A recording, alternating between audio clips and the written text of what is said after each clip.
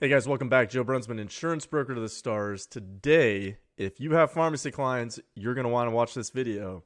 This is the Change Healthcare Optum, I'll call it cyber event, and some MSP liability considerations and maybe some additional things you can do to help out those clients. All right, a little bit of background here. This is important. I'm going to be adding some color commentary, even if you already know what's going on.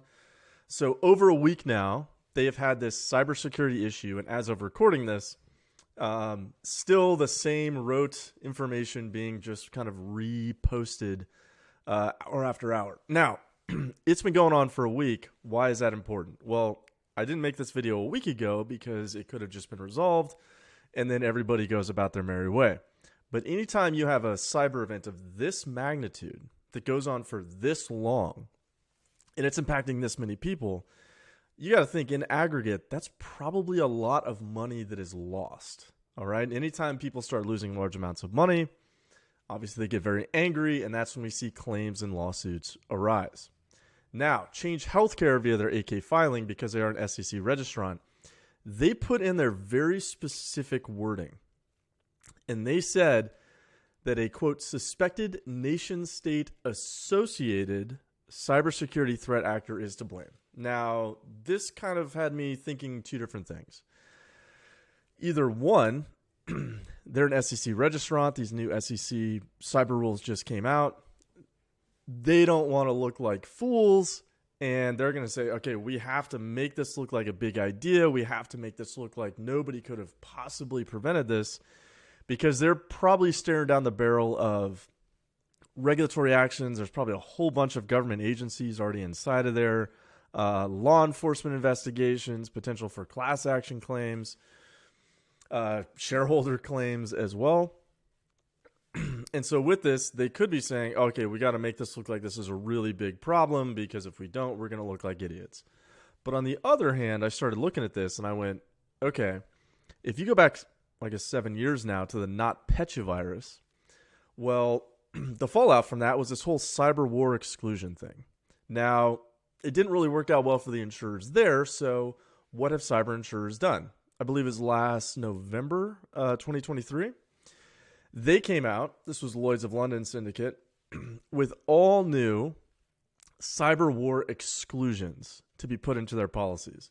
Now, obviously, Lloyd's of London, obviously in the UK, but they do underwrite a whole bunch of policies here in the US, as well as other cyber insurers, totally here in the US, amending that language to avoid coverage for that type of claim. Now, you'd obviously have to read your own insurance policy to figure that out. I have a whole new video probably coming out later this week talking about cyber war exclusions in greater depth, but that could be a problem, because let's say you're an MSP, your pharmacy client's losing a whole bunch of money.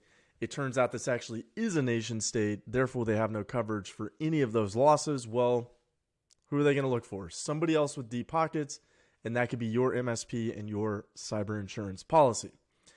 Now, Reuters has reported that Black Cat, etc., all their other names, is allegedly responsible for this.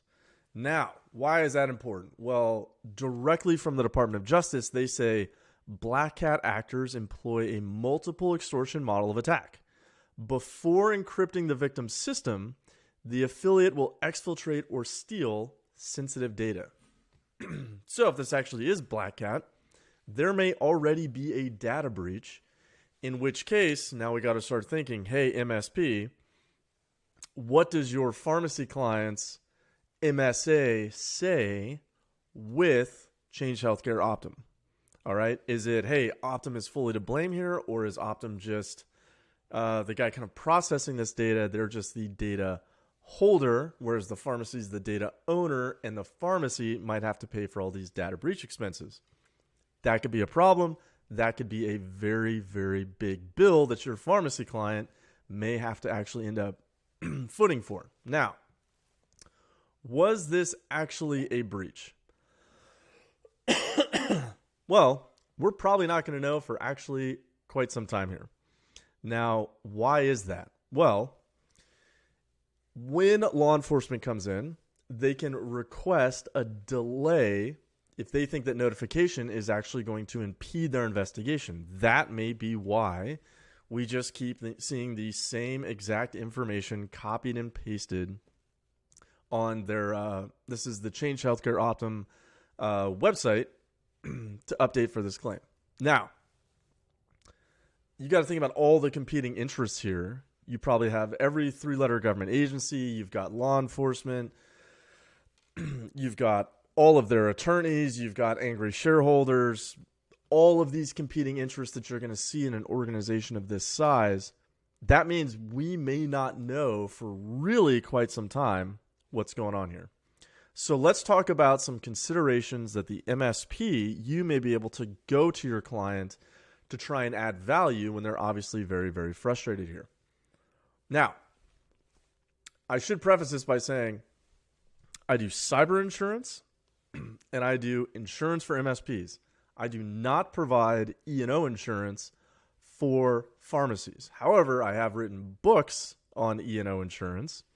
So therefore, I think these are probably some pretty good considerations for you. Now, first thing you're going to want to know is, hey, is the pharmacy unable to fulfill those prescriptions for their own clients? If so, they could be losing money. And as we said before, we don't know how this cyber event is going to play out. So it may, to use a military word, behoove your pharmacy client to go and speak to their insurance guy. So you as an MSP can say, hey, pharmacy client, you might want to go talk to your insurance guy. This could rise to the level of what we call a written notice of circumstance, what I call a potential claim under their E&O and their cyber insurance policies. All right. Next, is the pharmacy unable to generate a material amount of revenue because of this outage? Well, if so, under their cyber policy, they may actually have coverage for what's called contingent or dependent business interruption. Those are the most common terms. There could be some other terms there as well. But in general, what does that type of coverage say? It says, hey, typically you have about $100,000 there, where if you're reliant on an outside provider for your pharmacy to make money, if they go down because of, let's say, a cyber event or some other type of issue, and you can't generate money as a pharmacy, your cyber policy may actually reimburse you as a pharmacy for that issue. Now, why is that important for an MSP? Well, you want your client to obviously be happy. They're angry because their computer systems aren't particularly working. There's really not a lot you can do. And you as an MSP want to limit your downstream liability. So I would say, hey, this is a great idea. Talk to those pharmacy clients. Get out there and say, hey, you might want to talk to your insurance guy here. You may want to ask about this contingent or dependent business interruption / system failure type coverage. It's actually pretty common. And hey, see if there's any liability considerations you have under your E&O or your cyber policy, right? What you're doing is you're trying to push that liability. You're encouraging that client to go out to their insurance company, not ultimately to your insurance policy. All right, MSP liability considerations. Can you be held liable? Well, once again, if you talk to any MSP that I've spoken to, one of the big things I always harp on is just because it wasn't your fault doesn't mean it's not your problem. All right, I mentioned that earlier in this video where I said, hey, if somebody's losing a lot of money, they're not going to be super happy about that, and they may come back against your MSP if for no other reason than they just want to be made whole again. Right now, if they go out and hire an attorney, what's the job of an attorney? Zealously advocate on behalf of their clients. All right, that does not mean that you get to be the angel sitting on the sidelines.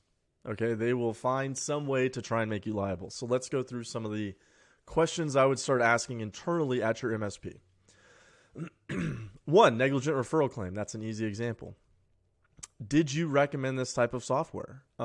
You as the, I'll say, all-seeing computer expert, at least that's the way like maybe a judge or a jury would view it. Did you recommend any other types of software that could have prevented this? All right. Next, is your client losing a material amount of money? If they are, that could be a problem for you. That may be written notice of circumstance for your own tech E&O policy, right? Let's say you have a concentration of pharmacies. Well, in that case, hey, maybe you want to go out there and talk to your own insurance guy. If you're one of my MSP clients, feel free to call me. We can talk through this. But if they're losing a lot of money, hey, you want to protect your own policy rights. You want to protect yourself.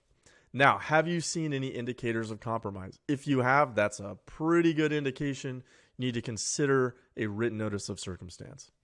Also, according to Health ISAC here, I found this. They put out, ultimately, your organization should make its own determination on whether or not to block Optum specifically while considering all the risks and consequences of doing so.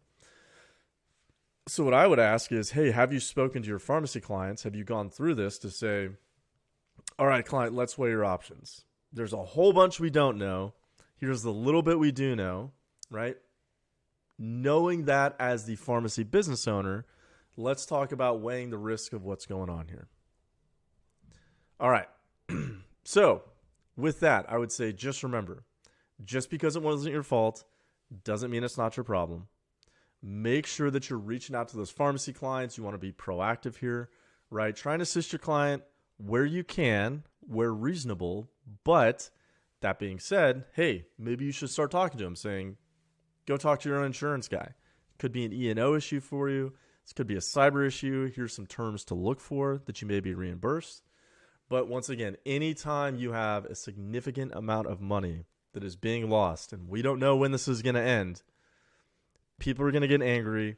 They're going to want to recoup the loss of that money. All right. So with that, I don't want your MSP to be caught in the lurch there because somebody's unreasonable, because somebody you didn't even know existed did something wrong.